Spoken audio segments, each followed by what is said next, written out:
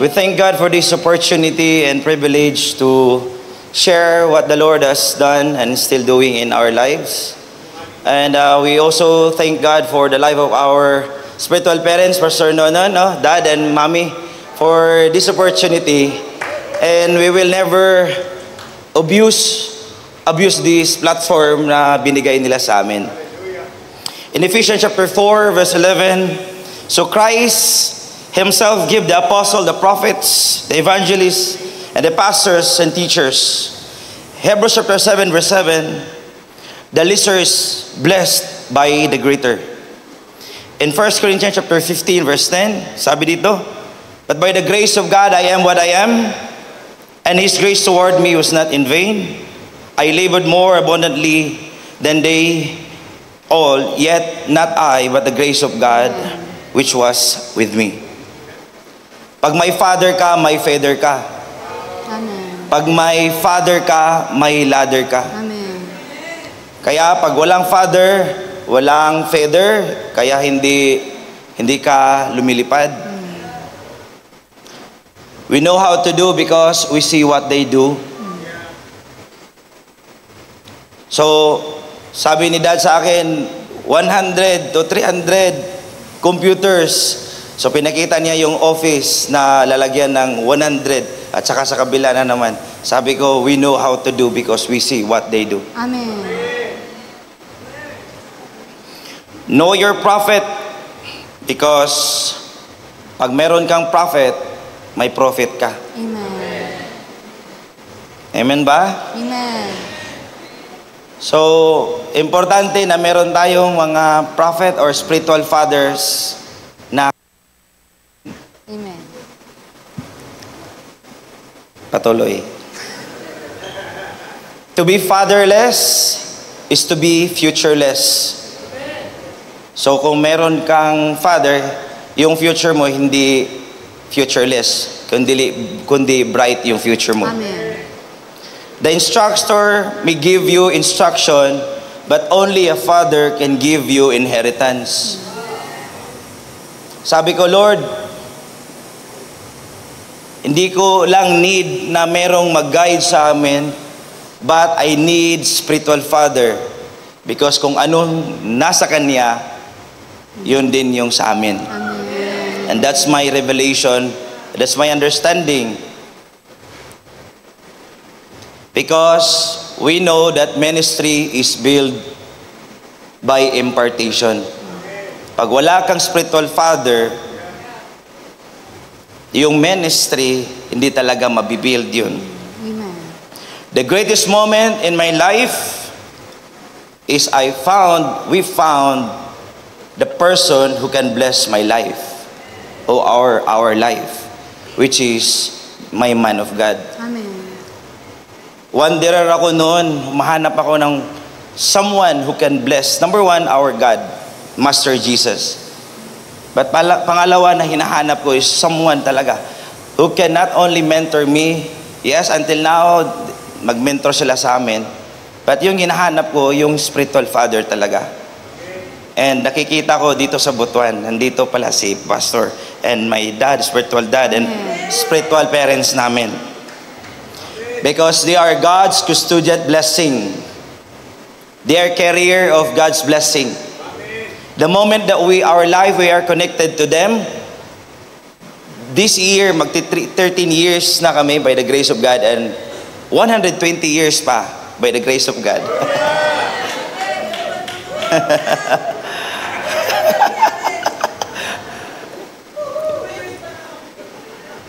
We believe na na-change yung life namin by the grace of God.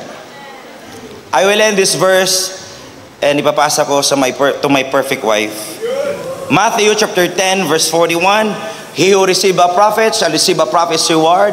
He who receive a righteous man shall receive a righteous man's reward. Silang dad at silang mami, hindi lang sila righteous man, but they are a prophets in our life. So we receive them, though hindi kami prophet, but they are prophets in our life. So we receive the anointing and blessing of prophets. God bless everyone. Amen.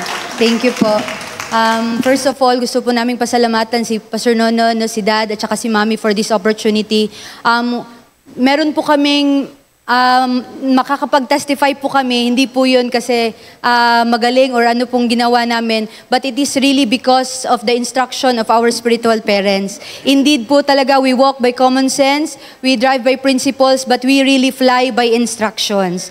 So last 2024 po, we are so grateful to God sa ginawa po niya. Akalain niyo po from 1,200, ngayon po millions na po, no?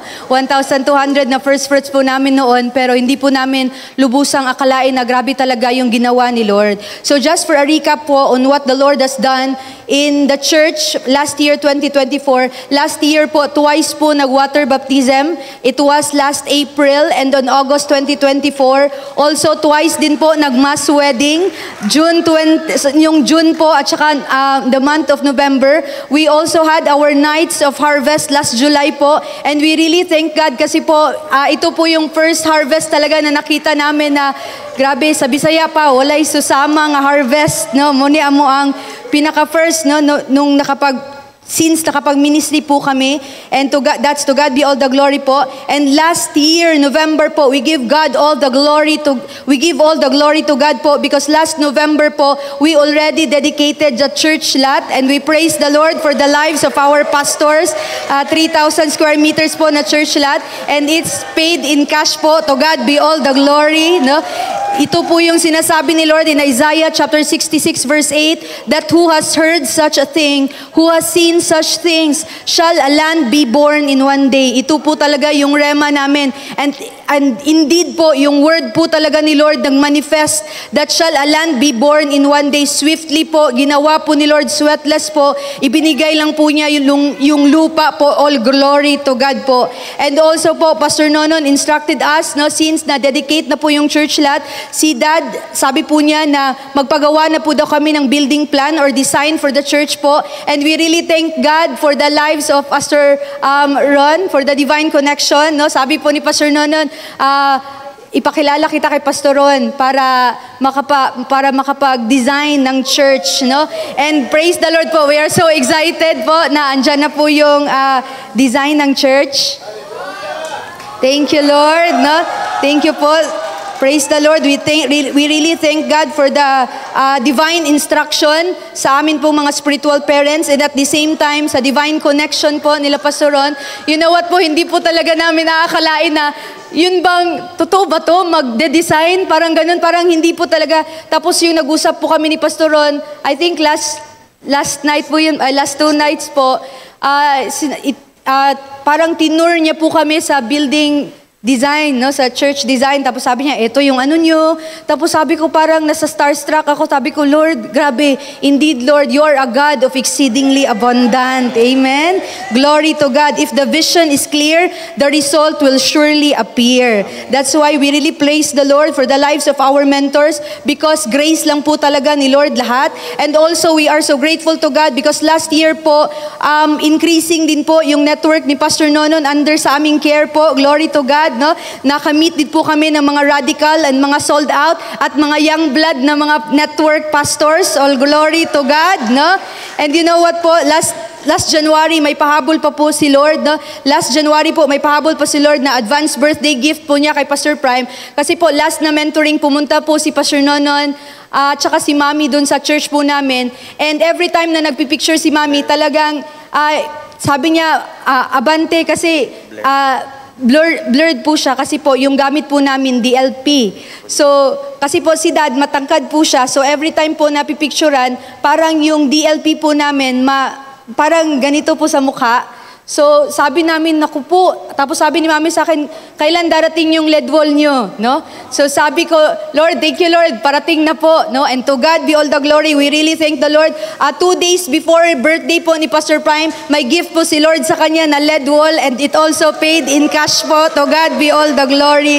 That's why we really thank the Lord for our spiritual parents. All glory to God. Indeed po, pag meron po talaga tayong prophets, meron pong prophet, at ipaprosper po talaga tayo ni Lord. Lord. And also po sa business area, we praise the Lord sa ginawa po ni Lord sa mga leaders din po namin. Actually po, nag-start na po din sila to expand and naghahanap na po ng mas malalaking mga offices to rent. And even kami po ni Pastor Prime, kasi po meron po kaming office din, and last na discipleship po ni Mami sa amin na pag-usapan po namin na mas maganda din po yung mga partnerships. But isa po sa testimony namin last year po, one of our clients flew from Australia to Cagayan de Oro to visit us po in the office because he was amazed po. Tapos sabi niya, actually first pa lang po ng meeting namin, na amazed na po siya. And then we discussed to him na ito yung ginagawa namin, church po to.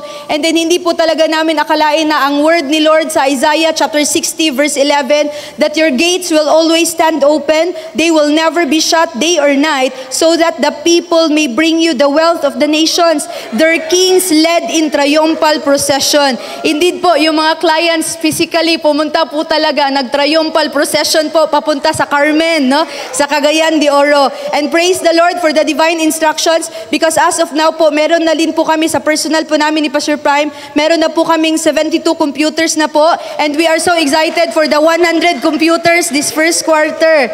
That's why po, sa word ni Lord, for the sake of the house of the Lord, we will seek your prosperity. That's why in Ephesians chapter 3 verse 20, never doubt God's mighty power to work in you and accomplish all this.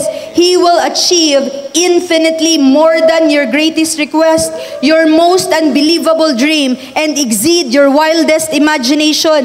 He will outdo them all, for His miraculous power constantly energizes you. Hindi po namin akalain na just last year din po, nakapag-travel po kami sa 3 international flights. All glory to God. Noon po talagang Cagayan, Butuan, pabalik-balik po. Pero nakita po namin na grabe po talaga ang pag-prosper po ni Lord. And also po, sabi po sa word ni Lord, ito po yung pinangahawakan namin na word ni Lord. In Ephesians chapter 2 verse 7, throughout the coming ages, we will be the visible display of the infinite riches of His grace and kindness, which was showered upon us in Christ Jesus. That's why we really thank the Lord po. Now, from 1,200 na peanut butter po noon, 3 consecutive years po na millions na po yung first fruits po namin. All glory to God. Last 2023 po, yung first fruit po namin, 1,510,000. And our church project is 1,210,000 din po. Last year po, yung first fruits po namin, 1,650,000. And yung kingdom project po namin, umabot po siya ng 3 million. That's why po, I do believe that there is only one bridge between our position and our possession. And that bridge is called obedience. Isang bridge lang po talaga between kung saan po tayo ngayon and sa possession po natin. At ang tawag ng tulay po doon is walang iba po kundi po obedience. Sabi ng word ni Lord in Deuteronomy chapter 28 verse 2, all these blessings will come on you and accompany you if you obey the voice of the Lord your God. To God be all the glory po.